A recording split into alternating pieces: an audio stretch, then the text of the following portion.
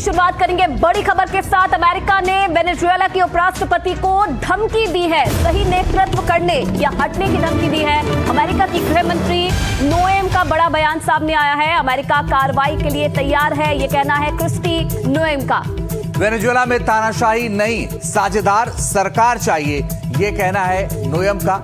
और अब अमेरिका की गृह मंत्री नोएम का ये बड़ा बयान आ गया है वेनेजुएला को लेकर के, और उन्होंने कहा है कि अमेरिका कार्रवाई के लिए फिलहाल तैयार है। इस वक्त ये पूरा विवाद बढ़ा हुआ है और अमेरिका की वेनेजुएला की वीपी की धमकी, सही नेतृत्व करने या हटने की धमकी दे दी गई है।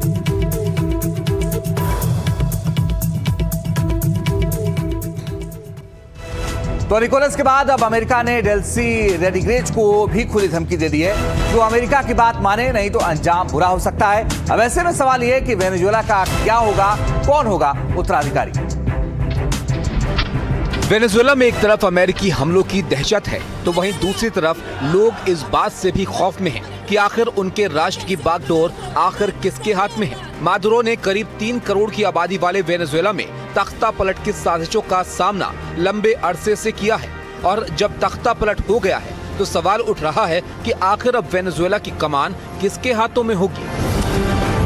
वेनेजुएला में राष्ट्रपति की दौड़ में अगली उम्मीदवार डेल्सी रोड्रिगेज है। वेनेजुएला की हाईकोर्ट ने उन्हें राष्ट्रपति का पद अंतरिम रूप से संभालने का आदेश दिया है। जब ट्रंप से रोड्रिगेज के बारे में सवाल पूछा गया तो ट्रंप ने कहा कि वो वेनेजुएला को फिर से महान बनाने के लिए जो कुछ भी आवश्यक समझती हैं वो करने को तैयार है।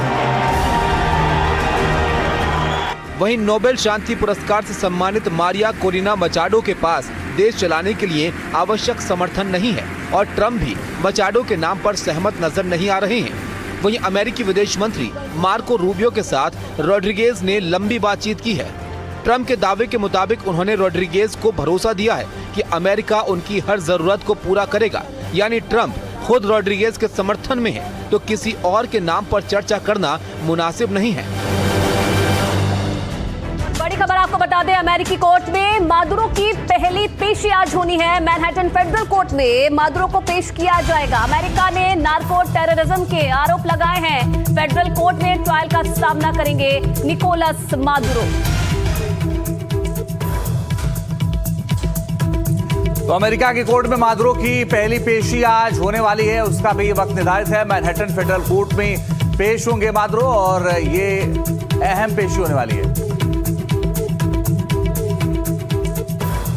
तो आज फेडरल कोर्ट में क्या होगा ये भी जल्द ही पता चल जाएगा। पर निकोलस के बाद अब उपराष्ट्रपति को ट्रंप की धमकी के बाद बड़ा सवाल है कि निकोलस पर अमेरिका की इस दादागिरी का जवाब क्या वेनेजुएला देगा या फिर सरेंडर करेगा। अमेरिका ने दादागिरी दिखाते हुए वेनेजुएला के राष्ट्रपति निकोलस मादुरो को उनके ही देश से गिरफ्तार करके उठा लिया। सोचिए, जब किसी देश का राष्ट्रपति अपने ही मुल्क से अगवा हो जाता है, उसके बाद भी उस देश की सेना हाथ पर हाथ रखकर सब कुछ देखते रह जाती है। अमेरिका की डेल्टा फोर्स वेनेजुएला में दाखिल होती है, आधे घंटे तक बमबारी करती है, और उसके बाद भी वेनेजुएला की सेना खामोश रहती है। इतना सब हो जाने के बाद अब सवाल उठ रहे हैं कि क्या मादुरो को छुड़ाने के लिए वेनेजुएला अमेरिका से लड़ाई लड़ेगा या फिर सरेंडर कर देगा। तो इन सवालों का जवाब है वो चुनौती जिसके बारे में फिलहाल कोई दूसरा मुल्क सोच भी नहीं सकता है, क्योंकि सामने अमेरिका जैसा ताकतवर मुल्क है, तो उससे लड़ने की क्षमता न फिलहाल चीन में है और न ही रूस में। दोनों देशों की सैन्य ताकत और वायुसेना की तुलना की जाए तो अमेरिका वेनेजुएला से कहीं भारी साबित होता नजर आता है। अमेरिका के पास 13 लाख से ज्यादा सैनिक हैं, तो वेनेजुएला के पास मात्र 1,09,000 जवानों की सेना है। इसके अलावा वेनेजुएला के पास 2,20,000 जवानों की पैरा मिलिट्री फोर्स भी है। वहीं अमेरिका के पास 13,000 से ज्यादा फाइटर जेट्स हैं। वहीं वेनेजुएला के पास मात्र 229 फाइटर जेट्स हैं। इसके अलावा बैटल टैंक, बख्तरबंद गाड़ियां भी अमेरिका के पास करीब 10 गुना ज्यादा हैं, और रक्षा बजट के मामले में अमेरिका करीब 1,000 अरब अमेरिकी डॉलर खर्च करता है, तो वेनेजुएला महज 4.9 अरब डॉलर ही खर्च करता है। जाहिर है वेनेजुएला के पास अमेरिका जितना सैन्य संसाधन नहीं है, लिहाजा अमेरिका से लोहा लेना उसके बस में नहीं है। लेकिन दुनिया को लामबंद करने के लिए वेनेजुएला कोई बड़ा कदम भी नहीं उठा रहा है, इसलिए ये भी तय माना जा रहा है कि अब अमेरिका वेनेजुएला में कठपुतली सरकार की तैयारी में जुट गया है। और इजरायली पीएम नेतन्याहू ने ट्रंप को बधाई दी है। वेनेजुएला ऑपरेशन पर ट्रंप को बेंजामिन नेतन्याहू ने बधाई दी है। अमेरिकी कार्रवाई को निर्णायक और साहसिक बताया है। इजरायल सरकार ने अमेरिका का समर्थन किया है। अमेरिकी सेना के परफेक्ट ऑपरेशन की नेतन्याहू ने सराहना की है। तो एक तरफ जहां कई देश अमेरिकी सेना के इस ऑपरेशन की तारीफ कर रहे हैं, तो वहीं खुद न्यूयॉर्क में ही इस ऑपरेशन को लेकर लोगों में नाराजगी देखी जा रही है। और ये तस्वीर आप देखिए कि लोगों में जबरदस्त नाराजगी है। इस ऑपरेशन को लेकर लोगों में नाराजगी है।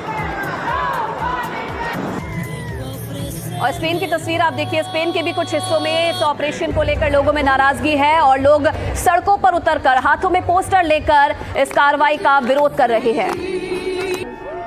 और नीदरलैंड में भी अमेरिका के ऑपरेशंस को लेकर विरोध प्रदर्शन हो रहे हैं। ये तस्वीरें भी आपके सामने हैं।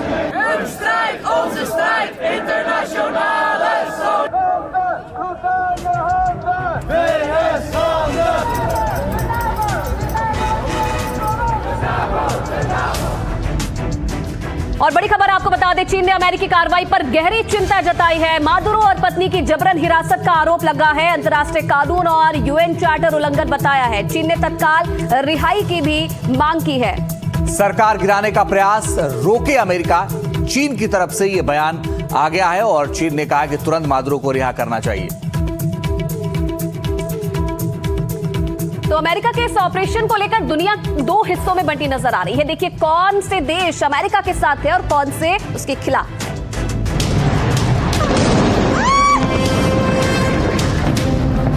वेनेजुएला में अमेरिकी हमले के बाद से पूरी दुनिया दो खेमों में बंटी नजर आ रही है। एक खेमा मजबूती के साथ वेनेजुएला के समर्थन में खड़ा है और राष्ट्रपति निकोलस मादुरो को अगवा किए जाने की अमेरिकी कार्रवाई को गलत बता रहा है। वहीं दूसरी ओर कुछ ऐसे देश भी हैं जो अमेरिका की इस कार्रवाई का समर्थन कर रहे हैं या उसे जायज ठहरा रहे हैं। रूस के विदेश मंत्रालय ने मादुरो और उनकी पत्नी के खिलाफ की गई अमेरिकी कार्रवाई की कड़ी आलोचना की है। चीन ने भी अमेरिका पर तीखा हमला बोला है। चीन ने अमेरिका को तानाशाही रवैया अपनाने वाला देश करार देते हुए कहा कि वेनेजुएला पर हमले के जरिए अंतर्राष्ट्रीय कानून और यूएन चार्टर का खुला उल्लंघन किया गया है। ईरान ने भी खुले तौर पर वेनेजुएला का समर्थन किया है और अमेरिकी हमले की कड़ी शब्दों में निंदा की है। ईरान ने कहा कि किसी भी देश की संप्रभुता और क्षेत्रीय अखंडता का उल्लंघन नहीं किया जाना चाहिए। ब्राजील ने भी अमेरिकी हमले की निंदा की है। ब्राजील के राष्ट्रपति ने इसे बेहद खतरनाक कदम बताते हुए कहा कि किसी देश के राष्ट्रपति को गिरफ्तार करना रेड लाइन पार करने जैसा है। ट्रंप के ऊपर फिलहाल कोई भी दबाव काम नहीं कर रहा है। ऐसे में ट्रंप चाहे जो करे वो उनकी मर्जी है और ट्रंप इस बात को साबित करने में जुटे हैं कि ग्लोबल पॉलिटिक्स में उनकी कोई बराबरी नहीं कर सकता है। और बड़ी खबर, यूएनएससी की आज आपात बैठक है। बैठक का मुख्य एजेंडा अमेरिका की सैन्य कार्रवाई। कोलंबिया रूस की मांग पर यह बैठक बुलाई गई है। रूस और चीन समेत कई देश अमेरिका के खिलाफ। भारत ने शांति और बातचीत से समाधान की अपील की है। भारत ने कहा है कि बातचीत से रास्ता निकलेगा। तो यूएनएससी में होने वाली बैठक में आज क्या सामने आएगा, इस पर दुनिया की नजर जरूर है। पर एक तरफ जहां अमेरिका ने वेनेजुएला में सैन्य कार्रवाई को सुरक्षा और ड्रग नेटवर्क खत्म करने का कारण बताया है, पर वहीं विशेषज्ञ ये मानते हैं कि यह कदम तेल संसाधनों और रणनीतिक प्रभाव को लेकर है। जरा रिपोर्ट देखिए और समझिए।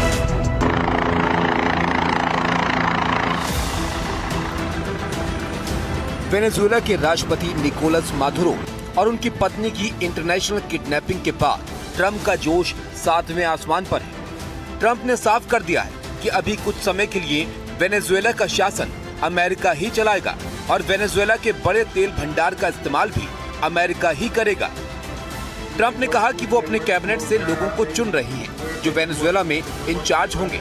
उन्होंने कहा कि हमारी बहुत बड़ी यूनाइटेड स्टेट्स की तेल कंपनियां अरबों डॉलर खर्च करेंगी, वेनेजुएला के खराब हो चुके इंफ्रास्ट्रक्चर को ठीक करेंगी, जहां हम बड़ी मात्रा में तेल बेचेंगे। वेनेजुएला में तख्ता पलट के बाद अब ट्रंप कई देशों को एक साथ चुनौती देने का मूड बना रहे हैं। ऐसा इसलिए है क्योंकि डोनाल्ड ट्रंप ने लैटिन अमेरिकी देश और ईरान को सीधी चुनौती दे दी है। उन्होंने लैटिन अमेरिकी देशों को सख्त चेतावनी देते हुए कहा कि अगर ये देश भी नहीं सुधरे तो इनके साथ भी ऐसा ही सलूक किया जाएगा। अमेरिका ने लैटिन अमेरिकी देशों पर ड्रग्स बनाने और कार्टेल को पनाह देने का भी आरोप लगाया है। It was dark and it was deadly, but captured along with his wife, Celia Flores, both of whom now face American justice. Maduro and Flores have been indicted in the Southern District of New York. It's Jay Clayton, for their campaign of deadly narco-terrorism against the United States and its citizens. Maduro and his wife will soon face the full might of American justice and stand trial on American soil. आशंका जताई जा रही है कि Trump Cuba, Nicaragua और कई Latin अमेरिकी देशों पर बड़े एक्शन की तैयारी में है। इसके अलावा मिडिल ईस्ट में ईरान और अफ्रीका में अस्थिर देशों पर भी अमेरिका की नजर बनी हुई है। हालांकि एक तरफ ट्रंप पूरी दुनिया में अपनी पकड़ मजबूत बनाने के लिए कोशिश में जुटे हैं, लेकिन रूस और चीन भी ट्रंप के लिए बड़ी चुनौती बन रहे हैं। रूस और चीन पहले ही चेतावनी दे चुके हैं कि ट्रंप का वेनेजुएला में तख्ता पलट का पैटर्न पूरी दुनिया को अस्थिर कर सकता है। वहीं अब इस बात पर भी बहस तेज हो गई है कि जिस तरीके से वेनेजुएला के राष्ट्रपति निकोलस मादुरो की गिरफ्तारी की गई है, क्या ये कार्रवाई अंतर्राष्ट्रीय कानून का उल्लंघन है और क्या इससे नई कोल्ड वॉर जैसी स्थिति पैदा होगी? अमेरिका का अगला कदम किस दिशा में होगा? ये सिर्फ एक सवाल नहीं बल्कि वैश्विक अर्थव्यवस्था, ऊर्जा और कूटनीति का मुद्दा है। और इस वक्त की बड़ी खबर आपको बता दें, ट्रंप ने फिर से भारत को टैरिफ की धमकी दी है। रूस से तेल खरीदने पर बोले राष्ट्रपति ट्रंप, हम भारत पर और टैरिफ लगा सकते हैं, हम बहुत जल्द टैरिफ बढ़ा सकते हैं, ये कह रहे हैं राष्ट्रपति ट्रंप। तो वेनेजुएला संकट के बीच ट्रंप ने एक बार फिर से भारत को धमकी दी है। रूस से तेल खरीदने पर राष्ट्रपति ट्रंप बोले हैं, हम भारत पर और टैरिफ लगा सकते हैं और जल्द ही ये बड़ा फैसला लिया जा सकता है। तो देखिए, अमेरिका की विदेश नीति जिस तरह से बदलती हुई दिख रही है, उससे कई देशों पर खतरा मंडराने लगा है। अमेरिका का रणनीतिक बदलाव न केवल उसकी भूमिका को नए सिरे से परिभाषित कर रहा है, बल्कि उसके पड़ोसी देशों और दुश्मनों में सुरक्षा और कूटनीतिक चुनौतियों को भी जन्म दे रहा है।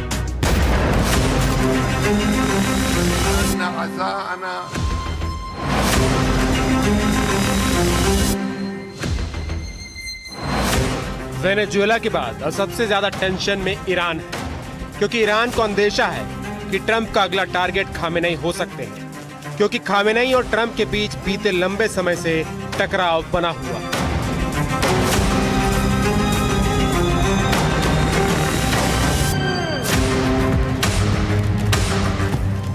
ट्रंप प्रशासन पहले ही ईरान के खिलाफ सैन्य कार्रवाई की धमकी दे चुका है और पिछले सप्ताह उसने ईरान पर नजर रखने की बात भी कही थी।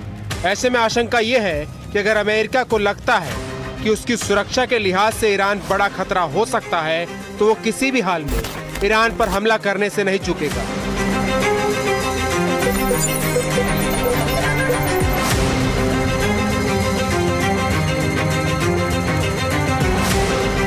ईरान के अलावा क्यूबा अमेरिका की नीति में हमेशा से एक संवेदनशील बिंदु रहा है। क्यूबा ने पहले भी अमेरिका पर आरोप लगाया है कि वो सरकार को अस्थिर करने की कोशिश में लगा हुआ है और कभी भी तख्ता पलट की साजिश को अंजाम दिया जा सकता है।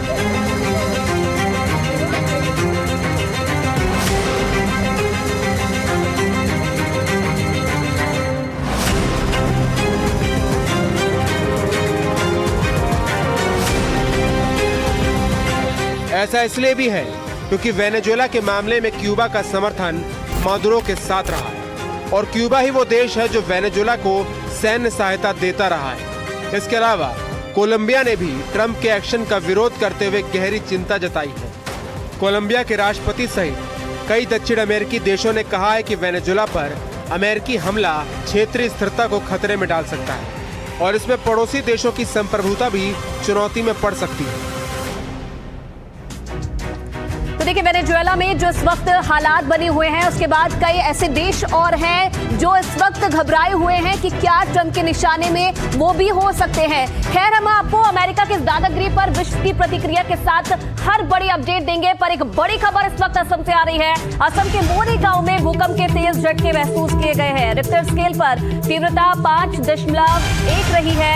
मेघालय, अरुणाचल और पूर्वोत्तर के कई हिस्सों तक भूकंप के झटके महसूस किए गए हैं। आपको बता दें कि मोरी गांव के पास ही भूकंप का केंद्र था। फिलहाल किसी भी प्रकार के जान माल के नुकसान की कोई खबर नहीं मिल रही है। तो रिक्टर स्केल 5.1 मापी गई है रिक्टर स्केल पर तीव्रता। और हालांकि राहत की बात यह है कि किसी भी तरह के नुकसान की अब तक खबर नहीं मिली है इस भूकंप से। खबर महाराष्ट्र के नासिक में एक बार फिर तेज रफ्तार ने 2 लोगों की जान ले ली है। यहाँ एक बेलगाम डंपर सड़क किनारे खड़े पर्यटकों को कुचलते हुए अचानक से पलट गया। सड़क के किनारे पर्यटक सफर से थककर आराम करने रुके थे, तभी मौत वाला डंपर उनके बगल से गुजरा और तेज रफ्तार होने की वजह से वहीं पलट गया। आसपास के लोग अपनी जान बचाकर भागे। डंपर पलटने के बाद धूल का गुबार उठा और सड़क किनारे कोहराम मच गया।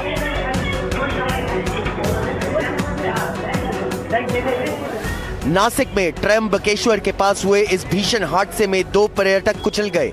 हादसे की पूरी तस्वीर पास में लगे सीसीटीवी में कैद हो गई। त्र्यंबकेश्वर के पास साई प्रसाद होटल के पास पत्थरों से लदा ये डंपर गलत दिशा से आ रहा था और अनियंत्रित होकर अचानक पलट गया। डंपर चालक की गलती और लापरवाही की वजह से 2 पर्यटकों की मौके पर ही दर्दनाक मौत हो गई। घटना के बाद पुलिस पूरे मामले की जांच कर रही है। और अब खबर उत्तर प्रदेश के संभल से। संभल में बिजली चोरी के खिलाफ बड़ा एक्शन चल रहा है। बिजली चोरी के खिलाफ बड़ा अभियान चलाया गया। पुलिस और बिजली विभाग की टीम ने छापेमारी की है। छापेमारी के दौरान डीएम और एसपी मौजूद रहे। मुस्लिम बहुल इलाकों में ये छापेमारी की गई है। तो संभल में बिजली चोरी के खिलाफ पुलिस का बड़ा एक्शन जारी है। बिजली चोरी के खिलाफ बड़ा अभियान इस वक्त संभल में चलाया जा रहा है। पुलिस बिजली विभाग की टीम ने छापेमारी की है और छापेमारी के दौरान डीएम एसपी भी मौजूद रहे। ऐसे लोगों पर एक्शन किया जा रहा है जो बिजली चोरी कर रहे हैं और खासतौर पर मुस्लिम बहुल इलाके में जो है ये छापेमारी की गई है। तो संभल में बिजली चोरी के खिलाफ ये एक्शन देखने को मिल रहा है प्रशासन का।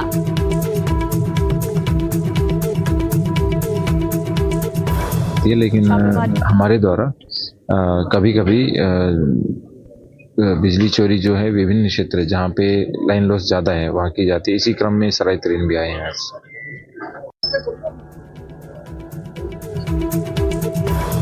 तो यूपी के संभल की खबर, जहां पर बिजली चोरी के खिलाफ यह अभियान प्रशासन का चलाया गया और पुलिस और बिजली विभाग की टीम ने संयुक्त यह अभियान चलाया है और इस दौरान कई अधिकारी मौजूद रहे।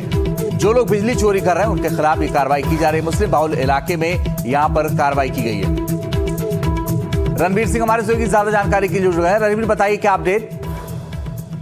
देखिए, संभल में लगातार अतिक्रमण से लेकर के अलग अलग जो चोरी की घटनाएं थी, उन घटनाओं को रोकने के लिए प्रशासन एक मुहिम चला रहा है। इसमें आप जो नया अभियान है वो बिजली चोरी को लेकर के है। कल जिलाधिकारी और जिले के कप्तान ये दोनों निकले उन इलाकों में जहां पर शिकायतें थी कि बिजली की जम करके चोरी की जाती है। बहुत सी ऐसी सकरी गलियां हैं जहां पर बिजली के खंभे जा रहे हैं तो लोगों ने तार पर कटिया लगा करके अपने घर में कनेक्शन ले लिया, जबकि ऑफिशियल कनेक्शन में बिजली का बिल आ रहा है मान लीजिए 500 रुपए और खर्च वो कर रहे हैं 5000 रुपए का। तो इस तरह की शिकायतें प्रशासन के पास थी और इसको देखते हुए जिलाधिकारी और कप्तान इन दोनों ने एक मुहिम चलाई। इसमें उन इलाकों में वो गए जो कि रायसती थाना क्षेत्र में आते हैं, तो वहां पर जाकर के इन्होंने भारी पुलिस बल के साथ उन इलाकों का जांच किया और जो लोग बिजली चोरी कर रहे थे उसके खिलाफ उनका पहला तो वो कनेक्शन जो अवैध था उसको कटवाने की कार्रवाई और उसके खिलाफ उन लोगों के खिलाफ कानूनी कार्रवाई जो लोग बिजली चोरी कर रहे थे। तो इस तरह का एक अभियान है और ये संदेश है पूरे संभल और पूरे प्रदेश के लिए कि जहां भी इस तरह की चोरियां होंगी, क्योंकि उत्तर प्रदेश सरकार ने ये साफ कर रखा है कि अवैध बिजली का इस्तेमाल कोई नहीं कर सकता। और ये मुहिम कई शहरों में चली थी, लेकिन संभल जहां पर लगातार बुलडोजर की कार्रवाई हो रही है, जहां पर लगातार इस तरह की अपडेट आपसे लेते रहेंगे आगे भी। धन्यवाद आपका तमाम जानकारी देने के लिए। और अगली खबर भी यूपी से ही है, जहां बुलंदशहर में बड़ी खबर सामने आ रही है। पूर्व विधायक के भतीजे की हत्या कर दी गई है और आरोपियों ने पीट कर पूर्व विधायक हाजी अलीम के भतीजे को मौत के घाट उतार दिया है। आरोपियों ने मृतक के भाई को पीट कर घायल कर दिया, जिसका इलाज चल रहा है। पुलिस का कहना है कि शुरुआती जांच में मामला आपसी रंजिश का लग रहा है, हालांकि जांच अभी जारी है। बुलंदशहर के एसएसपी ने बताया कि घटना को लेकर टीमें गठित कर दी गई हैं। जल्दी एफआईआर दर्ज कर कार्रवाई की जाएगी आगे। इसमें जानकारी में आया है कि नीमखेड़ा में एक बाग थी जो 24 बीघे की है, डॉक्टर मुमताज की। वो उस बाग को बेचना चाह रहे थे। विगत कुछ दिनों से कई लोग उसको खरीदना चाह रहे थे। उसी में ये बाग पे नाप करने के लिए शाम को ये सुफियान और उनके भाई अकरम और एक वकील साहब कादिर वहां पे गए थे मौके पर, जहाँ ये लोग उसके अपने तरीके से नाप कर रहे थे। उसी बीच उस गांव से एक व्यक्ति स्कॉर्पियो से आया और फिर उससे इनकी कहासुनी होती है। और उस कहासुनी के बाद जो है वो फिर उसके पीछे कुछ और लोग आ गए उसे कॉल करने पर। वो ड्रिंक किया हुआ था और वहाँ मारपीट हो गई आपस में, जिसमें कि सुफियान की डेथ हो गई है और अकरम को तो चोटें सामान्य है, वो ठीक है। उनके एकदम बोन जो है डिसलोकेट हुई है, उनका ट्रीटमेंट चल रहा है, वो सही है। और कादिर को कोई बात नहीं, वो कादिर तो बिल्कुल ठीक है। तो हम आपको आपके प्रदेश की हर बड़ी खबर दिखा रहे हैं। आपको यूपी में सीएम योगी के सबसे बड़े एक्शन की खबर भी दिखाएंगे, पर जरा ये खबर भी देखिए कि कैसे तुर्की में मौसम का मिजाज जानलेवा हो रहा है। जी हाँ, तुर्की में कुदरत अलग अलग नजारे दिखा रही है। सर्दी के मौसम में कहीं भारी बर्फबारी हो रही है, कई तेज हवाओं का खौफ भी दिख रहा है। बर्सा शहर में क्या हुआ था, ये जानने के लिए आप बने रहिए आपकी स्क्रीन के साथ। तुर्की के बर्सा शहर की ये तस्वीरें हैरान करती हैं। हवा की रफ्तार ऐसी कि जैसे इंसान को उड़ा ले जाएंगी। पैदल आने जाने वाले लोग सहम गए थे। लोग बेहद डरे हुए थे, एक दूसरे को थामकर हवाओं से मुकाबला करने की कोशिश कर रहे थे। कुछ लोग जमीन पर बैठ गए थे। हवाओं ने तो जैसे कदमों को थाम लिया था।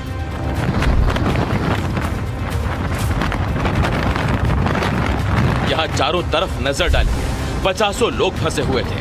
हवा के जोर के आगे किसी की कुछ नहीं चल रही थी। कोई गाड़ी की ओट में खड़ा होकर बचने की कोशिश कर रहा था, कोई दीवार थाम कर खड़ा था।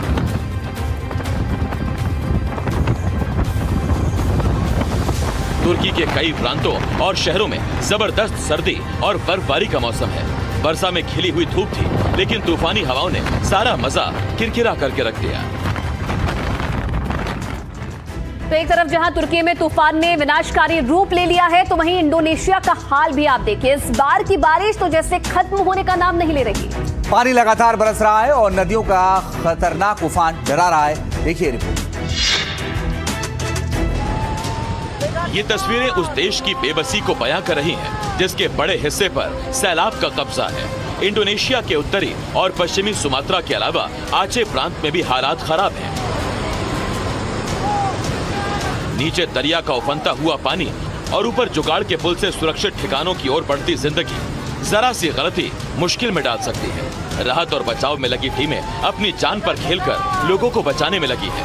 सेंट्रल आचे रेजेंसी के इन इलाकों में पानी रुकने का नाम ही नहीं ले रहा और हालात दिन ब दिन बिगड़ते ही चले जा रहे हैं। ढेर सारे लोग अपने घरों और आसपास फंसे हुए हैं।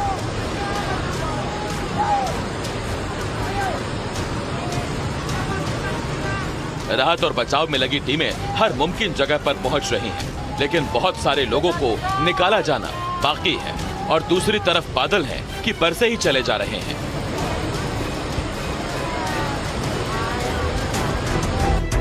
यूपी में अपराधियों, माफिया और अतिक्रमणकारियों की उल्टी गिनती शुरू हो गई है, क्योंकि अब सीएम योगी ने अधिकारियों को थानावार सूची बनाने के निर्देश दिए हैं। कानून व्यवस्था की समीक्षा बैठक में योगी ने आदेश दिए कि थानेवार गुंडों की सूची तैयार करें और अतिक्रमण के खिलाफ एक्शन लें।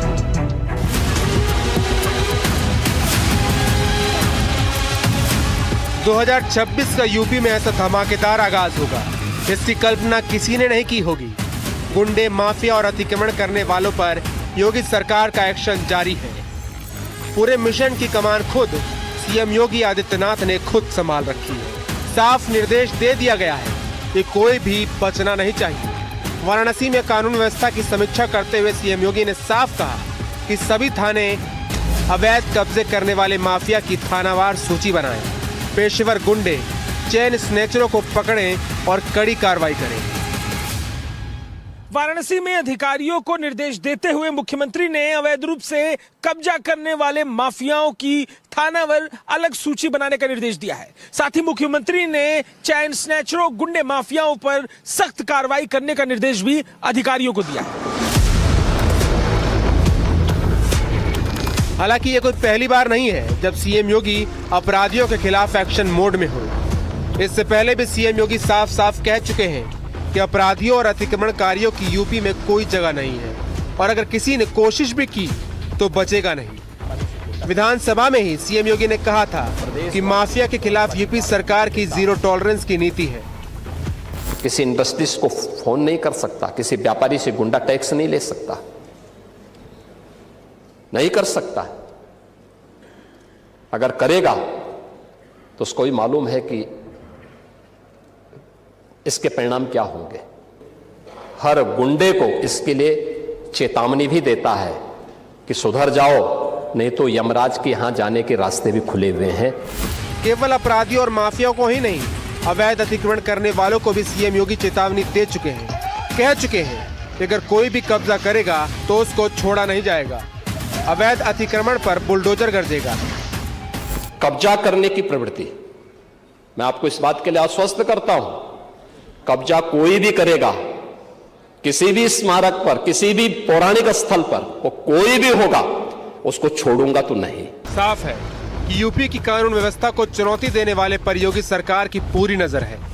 विधानसभा से लेकर समीक्षा बैठक तक खुद सीएम योगी अपराधियों और अवैध अतिक्रमणकारियों को चेता चुके हैं।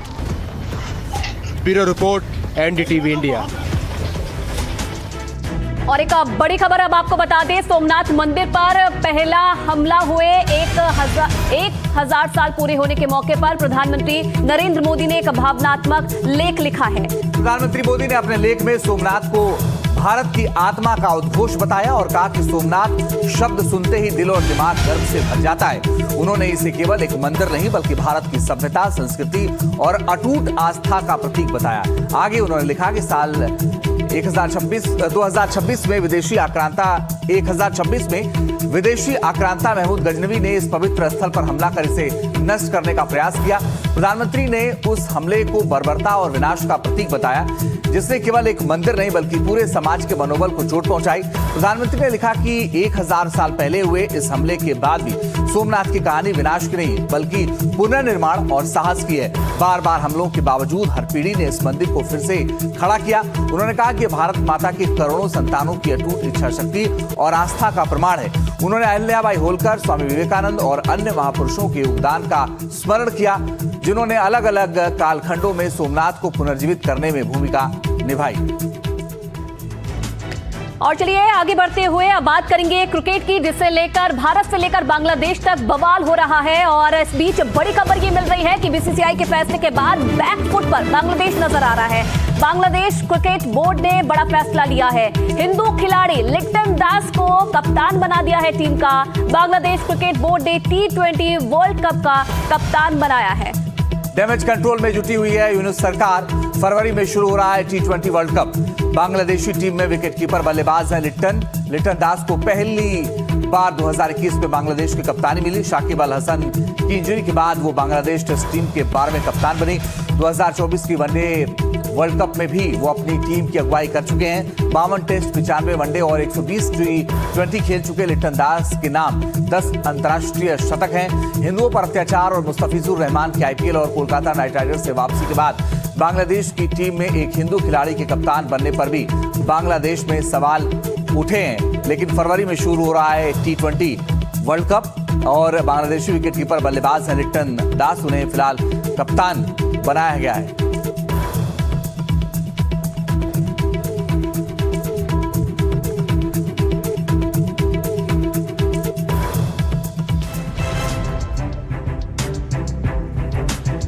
तो कप्तान लिटन दास गेंदबाज बांग्लादेश के अकेले हिंदू खिलाड़ी नहीं रहे हैं। इससे पहले भी कई ऐसे खिलाड़ी रहे हैं जो कप्तान बने हैं और वो हिंदू रहे हैं। और जानकारी आपको इस बारे में, बैटिंग ऑलराउंडर सौम्य सरकार, लेग स्पिनर ऑलराउंडर आलोक कपाली, तेज गेंदबाज तापस बैसे, धीमान घोष और रोनी तालुकदार जैसे धुरंधर हिंदू खिलाड़ी बांग्लादेश की टीम का नाम रोशन करते रहे हैं। और अब इस लिस्ट में लिटन दास का नाम भी शामिल हो गया है, जिसे लेकर माना जा रहा है कि बांग्लादेश बैकफुट पर आ गया है।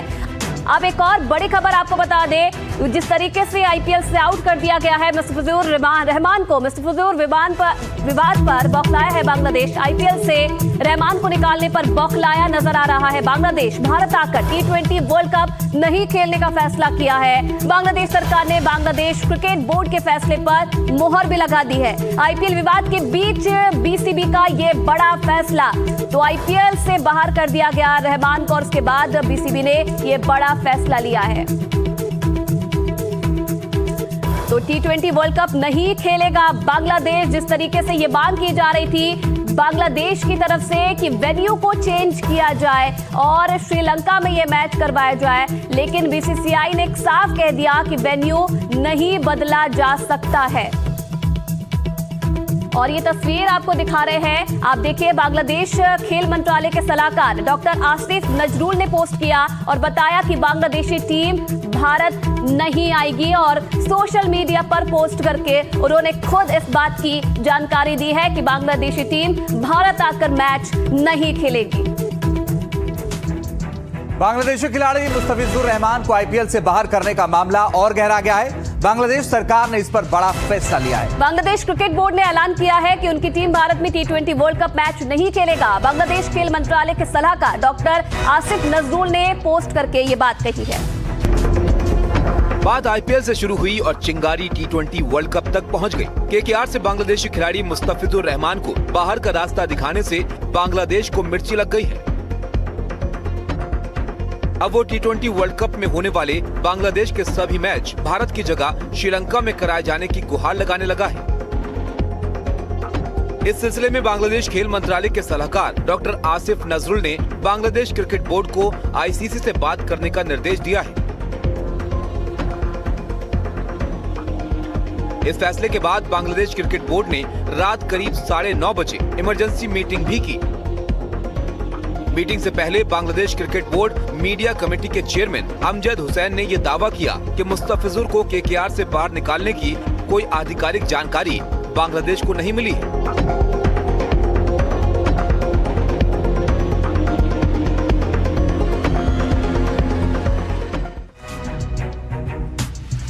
और बांग्लादेश के मंत्री रिजवाना हसन मुस्तफिजुर को आईपीएल से निकाले जाने पर भारत को गिदड़-भपकी दे रही हैं। मुंहतोड़ जवाब देने की बात वो करती हुई नजर आई। राजनीतिक टेंशन থাকেও বলে যে सांस्कृतिक, जब देशों के बीच राजनीतिक तनाव होता है तो सांस्कृतिक आदान प्रदान और खेल उसे कम करते हैं, लेकिन यहाँ जो हुआ है वह ठीक इसके विपरीत है। मुस्तफिजुर को जिस तरह हटाया गया उससे हमारे लोगों की भावनाओं को ठेस पहुंची है। हम इसका मुंहतोड़ जवाब देंगे।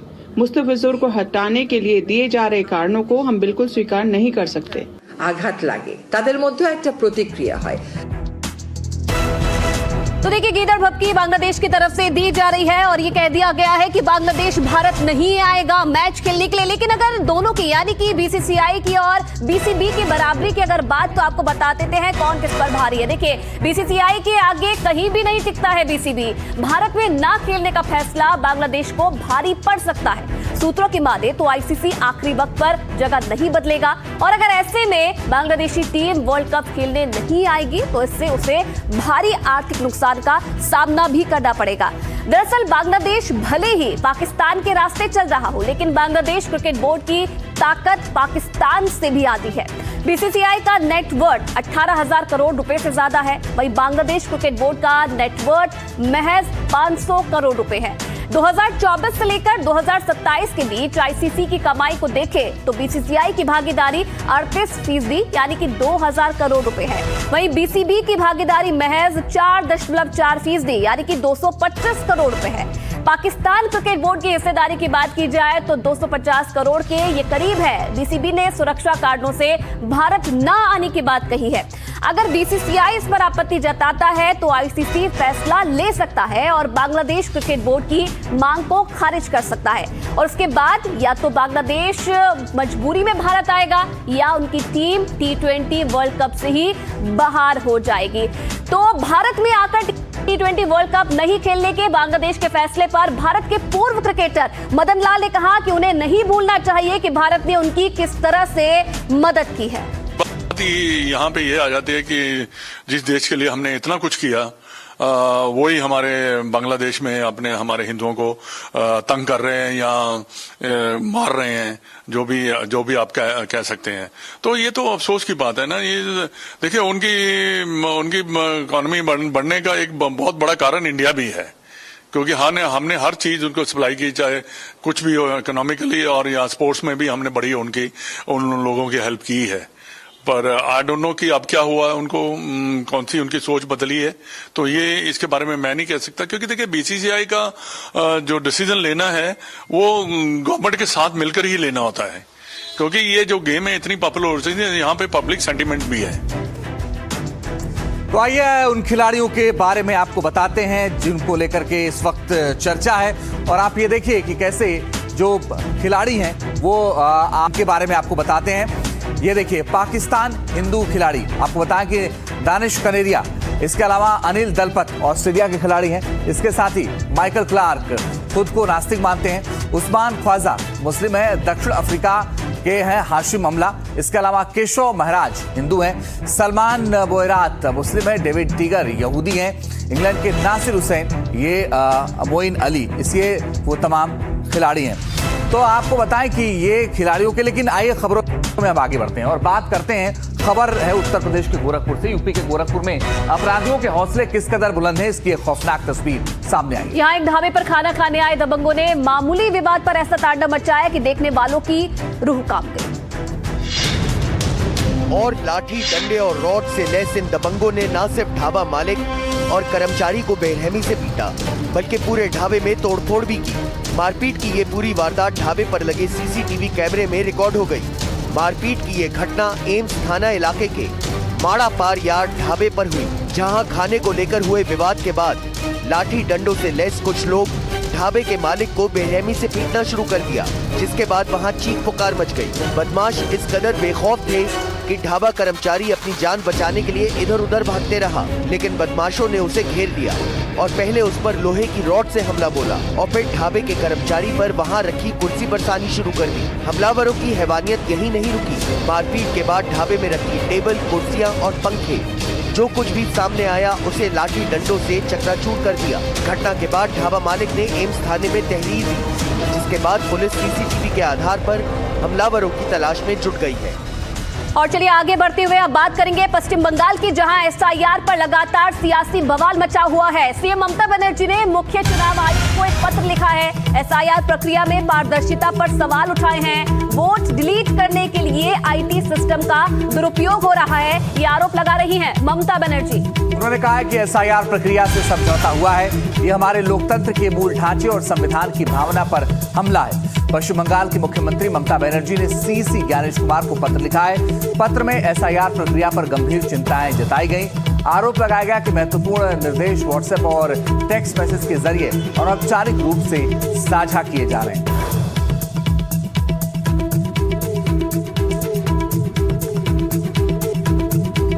तस्वीरें हैं आपके सामने। आप देखिए, जब से एसआईआर का मुद्दा उठा है तब से बंगाल में जो सियासी घमासान है मचा हुआ है। इलेक्शन कमीशन को ममता बनर्जी ने चिट्ठी लिखी है और पारदर्शिता पर सवाल खड़े किए हैं इस चिट्ठी में। पश्चिम बंगाल में एसआईआर, क्योंकि आने वाले समय में पश्चिम बंगाल में चुनाव होने हैं और ममता बनर्जी आरोप लगा रही है कि एसआईआर की प्रक्रिया जिस तरीके से चल रही है वो चुनाव को प्रभावित कर सकती है।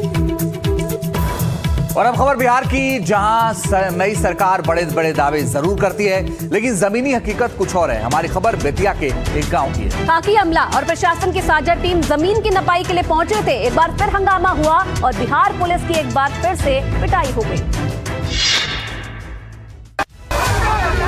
गांव में गदर मचा था। हंगामा करने वालों ने एक घर को फूंक दिया। सभी के हाथों में लाठी डंडे दिख रहे हैं। बिहार पुलिस और प्रशासन के अधिकारी कर्मचारी दौड़ा दौड़ा कर पीटे गए। खौफ का आलम था। कार्रवाई के लिए गई टीम के एक सदस्य की बात सुनिए। थाना वाले को फोन कर देता ना, पूरा सिपाही आ जाता, लेकिन अभी माहौल बिगड़ जाएगा ना। काफी देर तक हंगामा होता रहा। पुलिस और प्रशासन की टीमों ने लोगों को काफी समझाने की कोशिश की, लेकिन वो नाकाम रहे। भीड़ के हमले में सीओ और थाना अधिकारी समेत 5 पुलिसकर्मी घायल हुए हैं। हंगामा करने वाले पुलिस पर पैसे लेने का आरोप भी लगा रहे थे। 6 लाख रुपया सीओ साहब लाल बड़न बेटी, 6 लाख रुपया। घायल जवान अस्पताल में भर्ती करवाए गए हैं। लोरिया पुलिस ने 14 लोगों को गिरफ्तार किया है। इनमें कुछ महिलाएं भी शामिल हैं। और बिहार के बाद अब बात करेंगे उत्तराखंड की, जहां रुड़की में एक बार फिर से तेज रफ्तार का जानलेवा कहर देखने को मिला। यहां एक बेकाबू कार ने ऐसी तबाही मचवाई कि देखने वाले की रूह कांप गई। तेज रफ्तार कार ने दुकान के बाहर निकल रहे एक युवक को इतनी जोरदार टक्कर मारी कि वो हवा में कई फीट उछलकर दूर जा गया। और गगनहर कोतवाली इलाके में हुआ ये दर्दनाक हादसा दुकान के बाहर लगे सीसीटीवी कैमरे में रिकॉर्ड हो गया। नेहरू स्टेडियम के सामने की सड़क पर आम दिनों की तरह लोग आवाजाही जारी थी। तभी सफेद रंग की ये कार तिराहे पर एक पल के लिए रुकी और फिर सीधे एक दुकान में जा घुसी।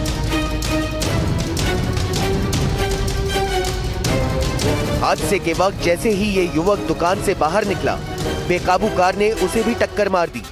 यह हादसा इतना भयानक था कि टक्कर के बाद युवक हवा में उछला और कई फीट दूर जाकर गिरा। वहीं दुकान के बाहर खड़ी कई बाइकें भी कार की चपेट में आकर चकनाचूर हो गई।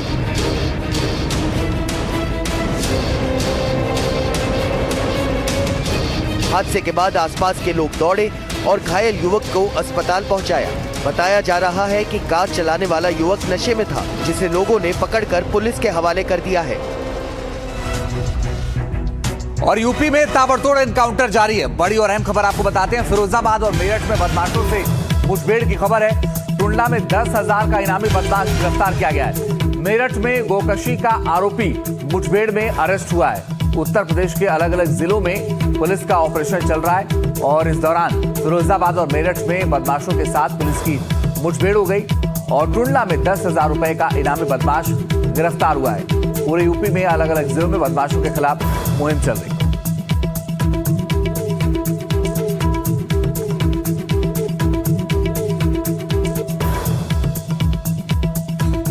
तो ये तस्वीरें आप देखिए और इन तस्वीरों के जरिए भी आप अंदाजा लगा सकते हैं कि कैसे बदमाशों के खिलाफ ऑपरेशन चल रहा है।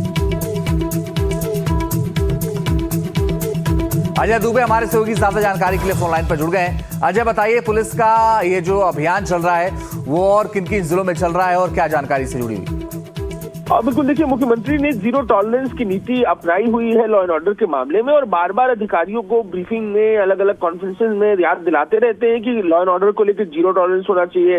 वाराणसी में ही 2 रोज पहले एक बैठक के दौरान जो प्रॉपर्टीज पर अवैध कब्जा करने वाले चैन स्नैचर और गुंडे माफिया है उन पर सख्त कार्रवाई की बात कही गई थी और इसी कड़ी में अब जो एनकाउंटर की खबरें हैं, मेरठ और फिरोजाबाद 2 एनकाउंटर, महत्वपूर्ण एनकाउंटर ये हुए हैं। मेरठ में गौकशी का मामला था जिसमें मुठभेड़ हुई है। पैर पर गोली, जो गौकश है सफदर, गोली जो पुलिस उसे कवर करती है, गिरफ्तार करने के लिए रोकती है, उस दौरान वो पुलिस पर फायरिंग करता है। जवाबी कार्रवाई में उसके पैर पर गोली लगती है और घायल अवस्था में उसे अस्पताल पहुंचा जाता है। इसके साथ ही फिरोजाबाद, मेरठ से कुछ दूरी पर फिरोजाबाद में जो टुंडला पुलिस 10,000 का इनामी बदमाश है उसे गिरफ्तार करती है और मुठभेड़ यहाँ भी होती है। जब पुलिस उसे कवर करती है, रोकती है, तो पुलिस पर फायरिंग करता है, जिसके बाद पुलिस अपनी रक्षा में गोली चलाती है, पैर पे गोली लगती है और उसे भी गिरफ्तार कर लिया गया। इस समय अस्पताल में तो दोनों ही, जब है वो मेरठ का आरोपी हो या टुंडला का, दोनों ही समय अस्पताल में है। तो निश्चित ही लॉ एंड ऑर्डर के मामले में जीरो टॉलरेंस की नीति है और उसका असर भी देखने को मिल रहा है।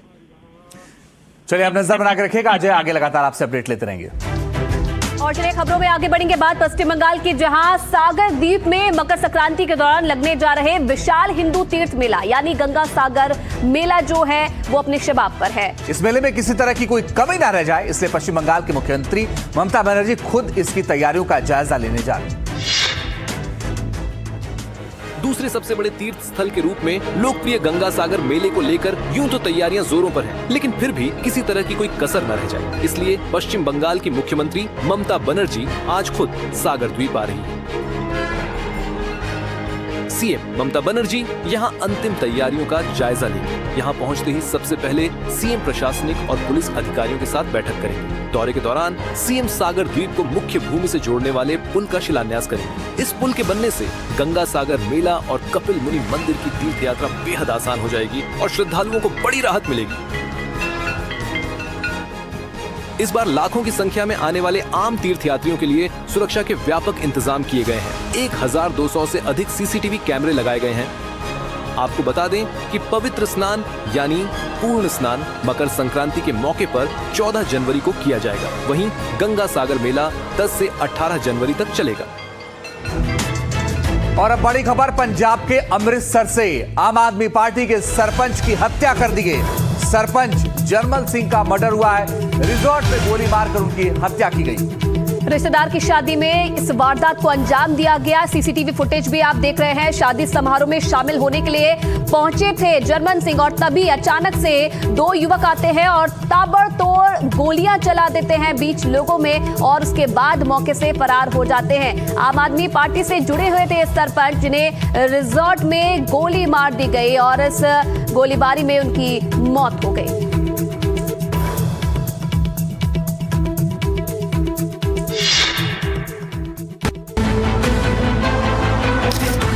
अमृतसर में एक सरपंच की सरेआम गोली मारकर हत्या कर दी गई। पुलिस ने मृतक सरपंच की पहचान जरमल सिंह के रूप में की है। जरमल सिंह पर आरोपियों ने उस वक्त हमला किया जिस वो अपने रिश्तेदार की शादी में शामिल होने आए थे। जरमल सिंह आम आदमी पार्टी से थे। ये पूरी घटना रिजॉर्ट में लगे सीसीटीवी में कैद हो गई।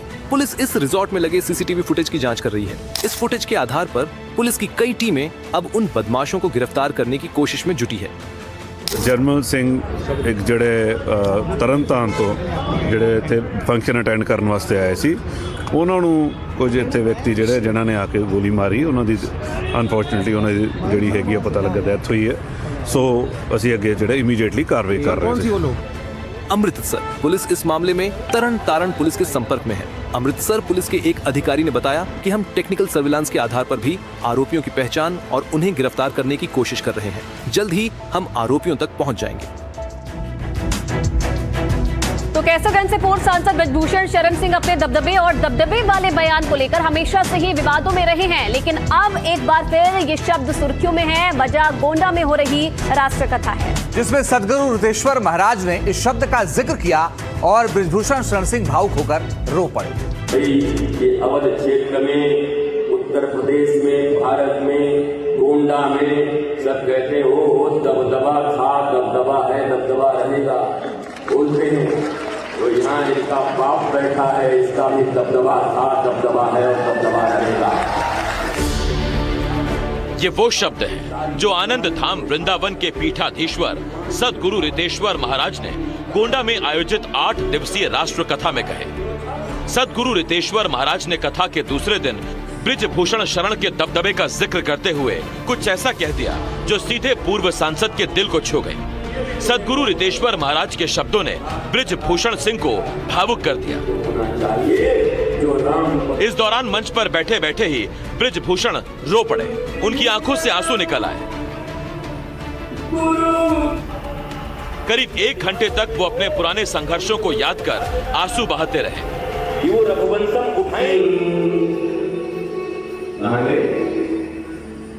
गुरु गया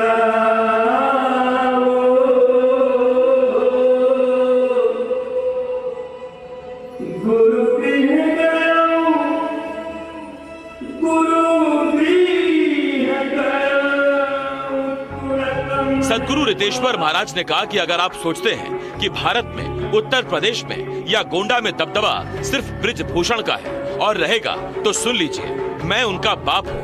मेरा भी दबदबा था, है और रहेगा। रितेश्वर महाराज के इन शब्दों में आध्यात्मिक शक्ति और स्नेह का ऐसा मिश्रण था कि पास ही बैठे ब्रजभूषण सिंह अपनी भावनाओं पर काबू नहीं रख सके और रोने लगे।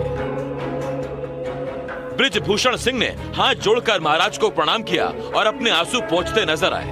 जिसका वीडियो अब सोशल मीडिया पर तेजी से वायरल हो रहा है। भाई ये अवध क्षेत्र में, उत्तर प्रदेश में, भारत में, गोंडा में सब कहते हो दबदबा था, दबदबा है, दबदबा रहेगा बोलते हैं। तो यहाँ इसका बाप बैठा है, इसका भी दबदबा था, दबदबा है और दबदबा रहेगा। इसलिए ये भी तुम्हें गौरव रखना चाहिए और राष्ट्र रक्षा करने का अधिकार भी उन्हीं को होना चाहिए जो राम पर और राष्ट्र पर पूर्ण रूप से न्यौछावर हो, अपनी सारी जवानी न्यौछावर कर दे, अपनी वाणी न्यौछावर कर दे, अपनी कहानी, अपनी जिंदगानी सारी न्यौछावर जो कर सकता है वही राष्ट्र की एकता और अखंडता को जोड़ सकता है और हम सौभाग्यशाली हैं। दरअसल ब्रिजभूषण शरण सिंह लंबे समय से विवादों में रहे हैं। पहले नाबालिग पहलवानों के यौन शोषण का आरोप लगा। हालांकि दिल्ली की पटियाला हाउस कोर्ट ने मामले में ब्रिजभूषण को बरी कर केस क्लोज कर दिया, लेकिन इसका खामियाजा उन्हें लोकसभा चुनावों में उठाना पड़ा। ब्रिजभूषण चुनाव नहीं लड़ पाए, लेकिन उनका बेटा बीजेपी की टिकट पर चुनाव जीतकर संसद पहुंचा। उसके बाद कुश्ती संघ से लेकर छिड़े विवाद में भी ब्रिजभूषण को सवालों का सामना करना पड़ा। लेकिन विवादों के बादल छटे तो ब्रिजभूषण का एक बयान चर्चा में रहा। ब्रिजभूषण ने कहा उनका दबदबा था, दबदबा है और दबदबा रहेगा। और अब जब सद्गुरु रितेश्वर महाराज ने इन शब्दों को कहा तो ब्रिजभूषण अपने संघर्षों को याद कर खुद को रोक नहीं पाए और रो पड़े। Bureau report, NDTV India.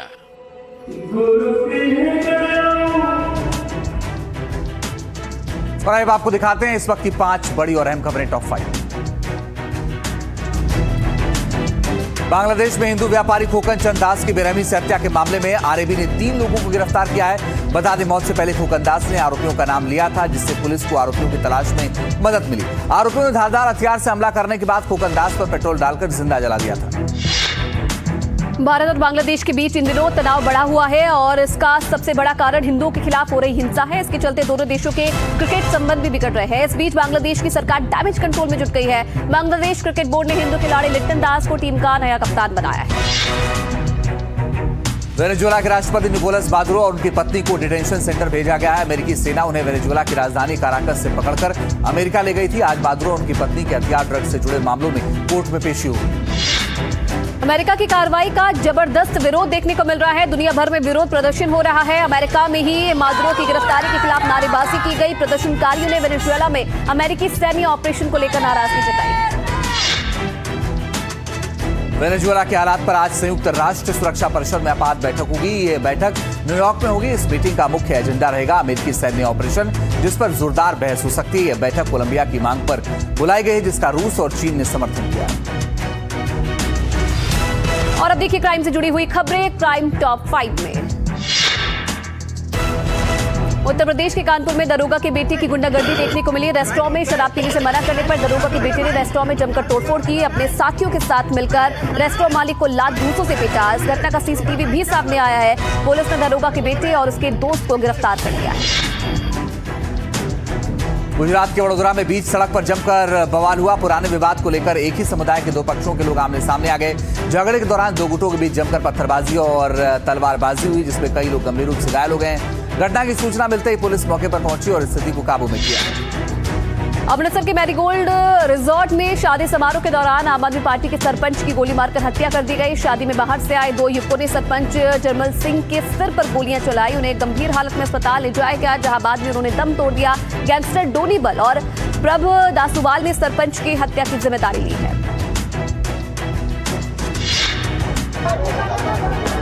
Maharashtra के धूले में मामूली विवाद पर 2 गुटों के बीच खूनी संघर्ष हो गया। यहां गुरुद्वारे में वर्चस्व की लड़ाई ने हिंसक रूप ले लिया। देखते देखते विवाद इतना बढ़ गया कि लाठी डंडे चलने लगे, तलवारों के साथ गोलियां भी चलने लगी। इस दौरान जमकर पथराव भी हुआ। झड़प में कुछ लोगों को चोट आई है। मौके पर पहुंची पुलिस ने मामले को शांत कर दिया।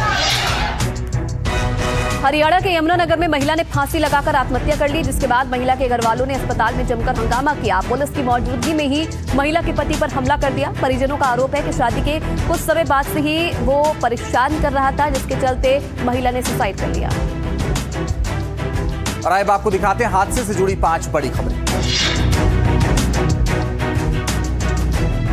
यूपी के झांसी में बीच बाजार अचानक नमकीनों और दोने के पत्तल की दुकानों में आग लग गई। आग की लपटें इतनी तेज थी कि आसपास के दुकानदारों में भगदड़ मच गई। सूचना मिलते ही फायर ब्रिगेड की टीम मौके पर पहुंची और आग को बुझाने की कोशिश की। जब तक आग पर काबू पाया जाता तब तक 35 से 40 लाख का माल चपेट में आने से जलकर खाक।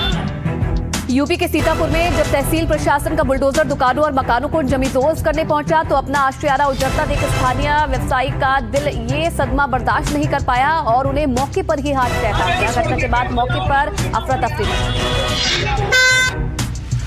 महाराष्ट्र के पुणे नासिक हाईवे पर भीषण हादसा हुआ, जहां नदी चौक पर एक BMW अचानक आग की चपेट में आ गई।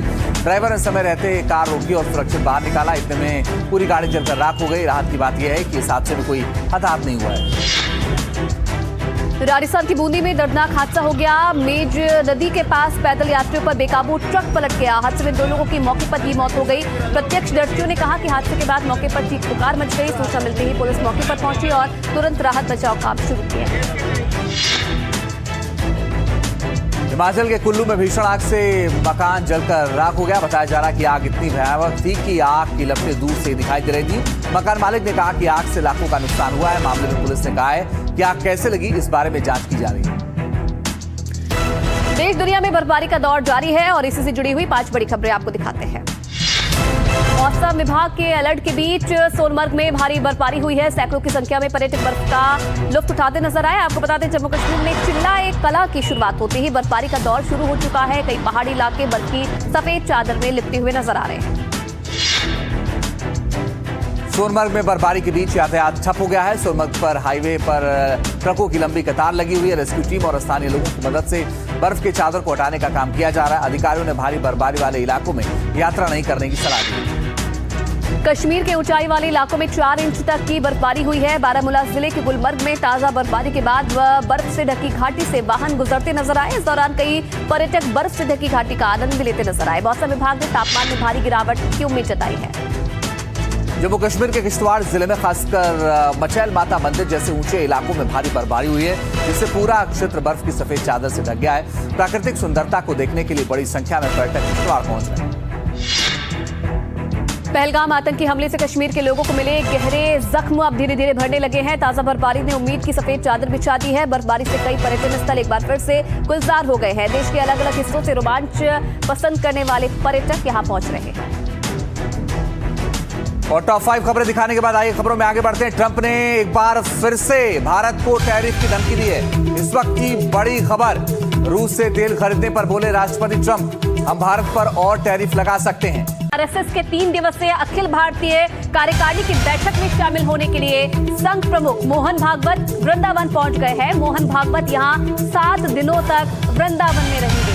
आरएसएस प्रमुख मोहन भागवत समेत लगभग 38 केंद्रीय पदाधिकारी भी इस कार्यक्रम में शामिल होंगे। यहाँ छोटी बैठकों का दौर आज से शुरू होगा, जबकि मुख्य बैठक 6 जनवरी से 8 जनवरी तक चलेगी। वृंदावन में संघ की अहम बैठक है। वृंदावन के केशव धाम में बैठक है। आरएसएस की कार्यकारिणी की यह बैठक संघ प्रमुख मोहन भागवत मौजूद है। मोहन भागवत 7 दिनों तक वृंदावन में रहेंगे। 38 केंद्रीय पदाधिकारी भी इस बैठक में शामिल होंगे। मुख्य बैठक 6 जनवरी से लेकर 8 जनवरी तक चलेगी। और अखिलेश शर्मा हमारी सहयोगी इस खबर पर और ज्यादा जानकारी के लिए हमारे साथ जुड़ रहे हैं। अखिलेश जी, और क्या जानकारी मिल रही है इस बैठक को लेकर? देखिए, ये जो बैठक है इसमें आने वाली बैठकों के लिए एजेंडे पर चर्चा होनी है और एक तरह से महत्वपूर्ण ये भी है क्योंकि इसमें बहुत ही इनफॉर्मल अनौपचारिक ढंग से बातचीत होती है। तो इसलिए सारे जो संघ के बड़े पदाधिकारी हैं वो वृंदावन में इसके लिए इकट्ठे हुए हैं। कल ही आरएसएस प्रमुख मोहन भागवत भी इसके लिए पहुंच चुके हैं और अगले 3-4 दिनों तक इस पर चर्चा विस्तार से होगी। साथ ही आपको बता दूं कि मार्च में सर्वोच्च निर्णायक संस्था है आरएसएस की अखिल भारतीय प्रतिनिधि सभा, उसकी बैठक होने जा रही, तो उसका भी एजेंडा, उस पर चर्चा होगी। साथ ही बांग्लादेश में जो हिंदुओं पर अत्याचार हो रहा है उसके बारे में विस्तार से चर्चा होने की संभावना है। संघ का शताब्दी वर्ष है तो इसमें पंच परिवर्तन का प्रण लिया जा रहा है, तो इस पर भी जनसंपर्क अभियान जो व्यापक तौर पर चलाया जा रहा है उसकी समीक्षा की जाएगी। ये सारे मुद्दे इस पर की बातचीत होनी है। संघ प्रमुख मोहन भागवत 10 तारीख तक यहाँ पर वृंदावन में रहेंगे और 10 जनवरी को यहाँ पर एक बड़ा सुदामा धाम का शताब्दी समारोह भी आरंभ होने जा रहा है, जो कि उनकी अध्यक्षता में प्रारंभ होगा। माना जा रहा है कि उसमें कुछ वरिष्ठ केंद्रीय मंत्री भी हिस्सा ले सकते हैं, जिसमें कि गृहमंत्री अमित शाह और रक्षा मंत्री राजनाथ सिंह का नाम लिया जा रहा है और साथ ही उत्तर प्रदेश के मुख्यमंत्री योगी आदित्यनाथ भी उसमें हिस्सा ले सकते हैं। चलिए अखिलेश, आप नजर बना कर रखिएगा। आगे लगातार आपसे अपडेट लेते रहेंगे और इस बीच एक और बड़ी खबर आपको बताते हैं। मोहन भागवत के बयान पर असदुद्दीन ओवैसी ने पलटवार कर दिया है। लव जिहाद वाले बयान को लेकर ओवैसी का हमला, देश में लव जिहाद हो रहा है तो संसद में डेटा पेश क्यों नहीं करते। बीजेपी नेताओं को ओवैसी ने चुनौती भी दी है। लव जिहाद पर स्पष्ट मतलब और ठोस आंकड़े पेश करने की मांग असदुद्दीन ओवैसी ने की है। तो लव जिहाद पर बयान सामने आया है असदुद्दीन ओवैसी का और सरकार से उन्होंने मांग की है कि अगर देश में लव जिहाद चल रहा है, लव जिहाद हो रहा है तो संसद में सरकार इसका डाटा पेश क्यों नहीं करती है। बीजेपी नेताओं को ओवैसी ने चुनौती भी दी है कि अगर आप लव जिहाद की बात करते हैं, लव जिहाद पर स्पष्ट मतलब और जो ठोस आंकड़े हैं वो पेश करने की मांग की है एआईएमआईएम प्रमुख असदुद्दीन ओवैसी ने। तो असदुद्दीन ओवैसी ने मोहन भागवत के बयान पर पलटवार किया है और यह कहा है कि लव जिहाद है देश में तो पार्लियामेंट में आंकड़े क्यों नहीं पेश करते। तो रिकॉर्ड तो पेश करो आप जी, कोई ऐसा हो रहा है बोल के। अगर कोई बालिग है, 18 साल 21 साल के है, अगर वो अपना फैसला ले रहे तो मेरी पसंद नापसंद का मामला नहीं है, कानून उनको इस बात की इजाजत देता। और अगर लव जिहाद हो रहा तो डेटा क्यों नहीं देते पार्लियामेंट में। तुम 11 साल का तो रिकॉर्ड दो ना तुम। चलो, बीजेपी में ऐसे कई नेता है जो ये इंटर रिलीजियस मैरिजेस करे, उनको क्या बोलेंगे फिर आप। मैं उनके प्राइवेट लाइफ पे कमेंट नहीं कर रहा हूं, बट उनको क्या बोलेंगे आप। तो ओवैसी का बयान आपने सुना। जिस तरीके से मोहन भागवत ने लव जिहाद पर बयान दिया था उस पर पलटवार किया है असदुद्दीन ओवैसी ने और कहा कि अगर आप लव जिहाद की बात करते हैं तो ये भी हिम्मत रखिए और पार्लियामेंट में जो आंकड़े हैं लव जिहाद के वो भी पेश कीजिए। अब आपको मोहन भागवत का वो पूरा बयान सुनवाते हैं जिसमें उन्होंने लव जिहाद के बढ़ते मामलों पर चिंता जताई और चिंता जताते हुए इन्हें रोकने का फॉर्मूला भी दिया है।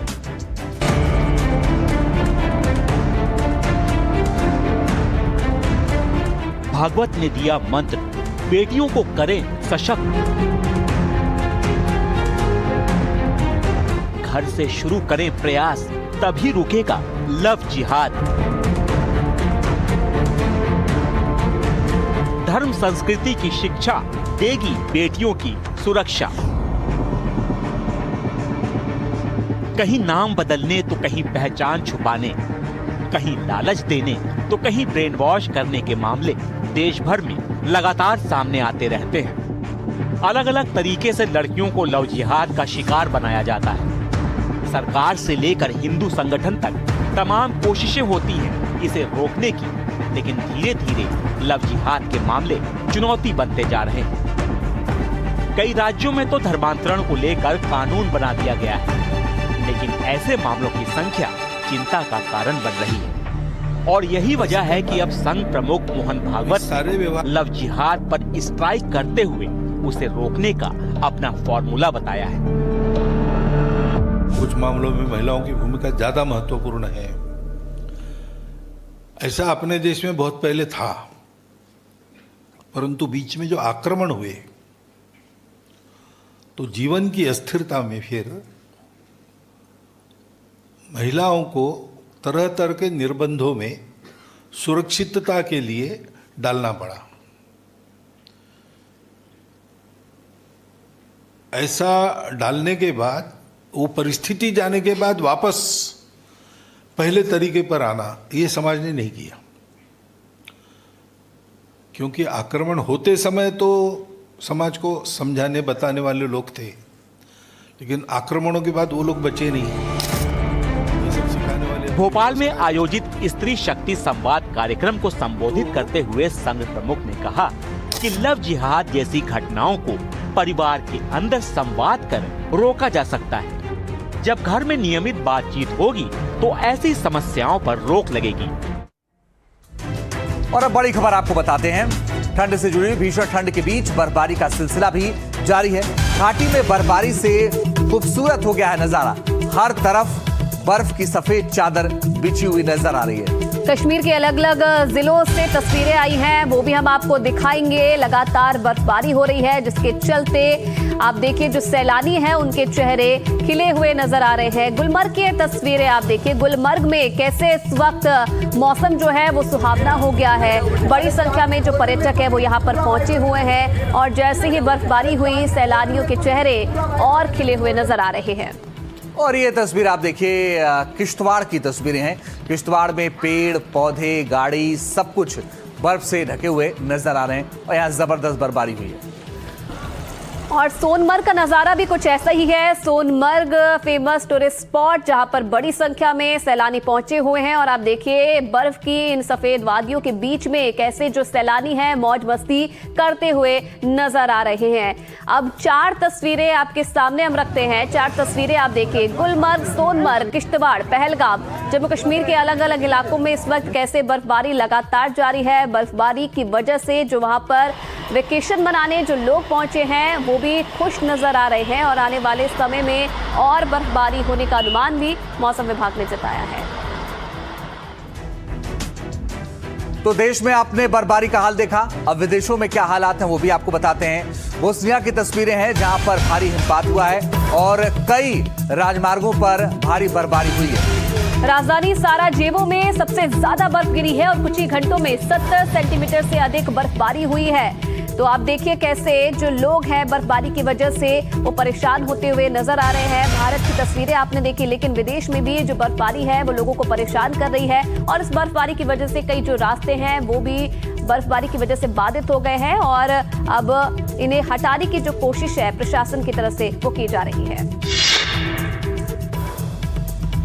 दिसंबर और जनवरी के महीने में आई सफेद आफत सिर्फ भारत के ऊंचाई वाले इलाकों को ही परेशान नहीं कर रही है, बल्कि कई देश ऐसे हैं जहां बर्फबारी ने उस इलाके की पूरी तस्वीर को ही बदल कर रख दिया है। ये बोस्निया हर्जेगोविना है। पारा 0 से भी 10 डिग्री नीचे जा चुका है और ये हाल किसी एक इलाके का नहीं है, बल्कि उत्तरी और मध्य बोस्निया का हो चुका है। राष्ट्रीय राजमार्ग से लेकर शहरी इलाकों में जाने वाली सभी सड़कें पूरी तरह बर्फ की परतों के नीचे दब चुकी हैं। राजधानी साराजेवो में रविवार को कुछ ही घंटों में 70 सेंटीमीटर यानी करीब 28 इंच बर्फ गिरी, जिससे यातायात पूरी तरह ठप हो गया। प्रशासन की ओर से गाड़ियां लगातार इस बर्फबारी को हटाने के लिए दिन रात कोशिश कर रही हैं। मौसम विभाग ने देश के मध्य और उत्तरी भाग में और भारी बर्फबारी का अलर्ट जारी किया है। साथ ही लोगों को बिना वजह घर से बाहर ना निकलने की अपील की है। रास्तों के बंद होने से कई जरूरी सामान भी लोगों तक नहीं पहुंच पा रहे हैं। और अब बात करेंगे तुर्की की। तुर्की के कई इलाकों में भी जबरदस्त बर्फबारी हो रही है। लोग भयानक सर्दी का इस वक्त सामना कर रहे हैं। इंसानों के साथ साथ जानवरों की भी मुश्किल है। जो तस्वीरें हम आपको दिखाने जा रहे हैं वो हैरान करने वाली हैं। बर्फबारी ऐसी नहीं थी कि उसे इंचों में नापा जा सके। तुर्की के कस्तमोनू शहर में 1.5 मीटर बर्फ पड़ी। यहाँ बाड़ों के बाहर बैठी कई गायें दब गईं और बड़ी कोशिशों के बाद बाहर निकल पाईं। जानवर हो या इंसान, जिंदगी की कीमत तो सबको पता होती है। गायों की बर्फ से बाहर आने की बेचैनी तो देखिए, और बाहर निकलने के बाद बस बाड़ा ही नजर आ रहा था।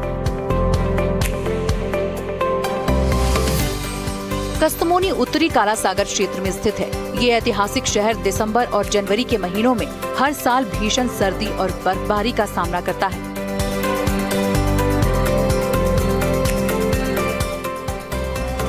जरा सोच कर देखिए, यहाँ जिंदगी कितनी मुश्किल है और इन इलाकों के लोग किन हालात में गुजर बसर करते हैं। खराब मौसम का सामना करना मजबूरी है।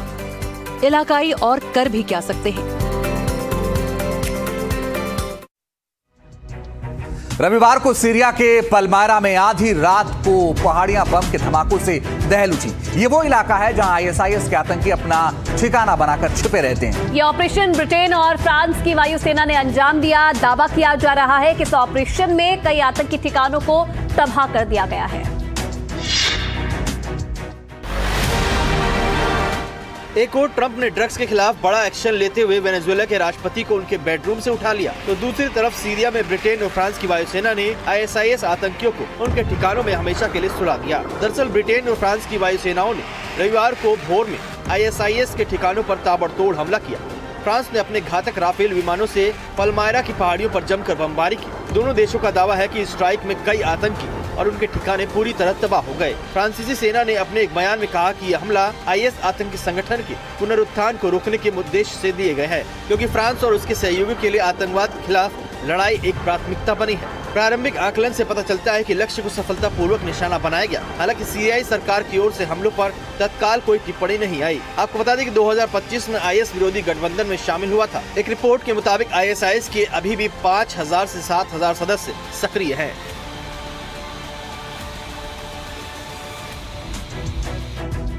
और आगे बढ़ते हुए बात अब ताइवान की करेंगे। ताइवान की एक घनी बस्ती के बीचों बीच ऐसी आग लगी कि लोग सिर्फ तमाशा देखने पर मजबूर रह गए। इंडस्ट्रियल एरिया में लगी आग इतनी भयानक थी कि फायर फाइटर्स भी कुछ खास नहीं कर पाए।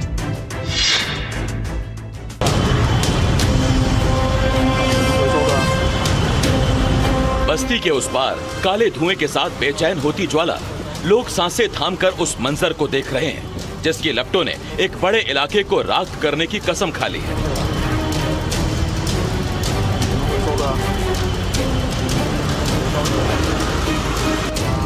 आग लगने की ये भयानक तस्वीर ताइवान के योंगकांग की है, जहां औद्योगिक क्षेत्र में भीषण आग लग चुकी है और जलते हुए कचरे से तबाही का धुआं उठ रहा है। ये धुआं आसमान को छू रहा है। प्लास्टिक और रबर की फैक्ट्री में जब चिंगारी भड़की तो ऐसी फैली कि कई किलोमीटर दूर से लोगों ने सिर्फ धुआं ही धुआं देखा। सकरा रास्ता होने की वजह से फायर फाइटर्स को मोर्चा संभालने में देरी हुई। किसी को यह भी खबर नहीं थी कि आग की जद में कितने लोग हैं। एहतियातन आसपास की इमारतों को खाली कराया गया और फिर आग बुझाने का मिशन शुरू किया गया। उधर छेड़छाड़ का विरोध करना एक युवक को भारी पड़ गया। उसकी चाकुओं से गोदकर हत्या कर दी गई। मामला मध्य प्रदेश के विदिशा जिले का है, जब अभी तक किसी की गिरफ्तारी नहीं हुई है। इस जगह पर कुछ लोग खड़े थे, तभी कई मोटरसाइकिलें रुकी। आरोपियों ने नंदू चौबे नाम के युवक को घेर लिया। उसने भागने की कोशिश की लेकिन नाकाम रहा। ताबड़तोड़ चाकुओं से हमले होने लगे और देखते ही देखते वो युवक बेदम होकर गिर पड़ा। उसके बाद भी आरोपी उस पर हमला करते रहे। जो नंदू चौबे करीब 22-23 साल उम्र है इनकी, युवक है, इनके साथ चाकूबाजी हुई है और अस्पताल में पता चला था तो तत्काल टीम अस्पताल गई। फिर वहां पे पता चला उनकी डेथ हुई है और यहाँ पे स्पॉट की कार्रवाई और आरोपियों की पताराशी चल रही है। चश्मदीद के मुताबिक छेड़छाड़ का विरोध करने पर नंदू चौबे की हत्या की गई। ये लड़की वाला छेड़ रहा था, उसने एक चाटा अकेला मारा था। इस बात से सर हत्या कर दी उसने। चाकूबाजी की ये वारदात और हमलावरों की भारी तादाद हैरान करती है। खाकी को खुली चुनौती दी गई।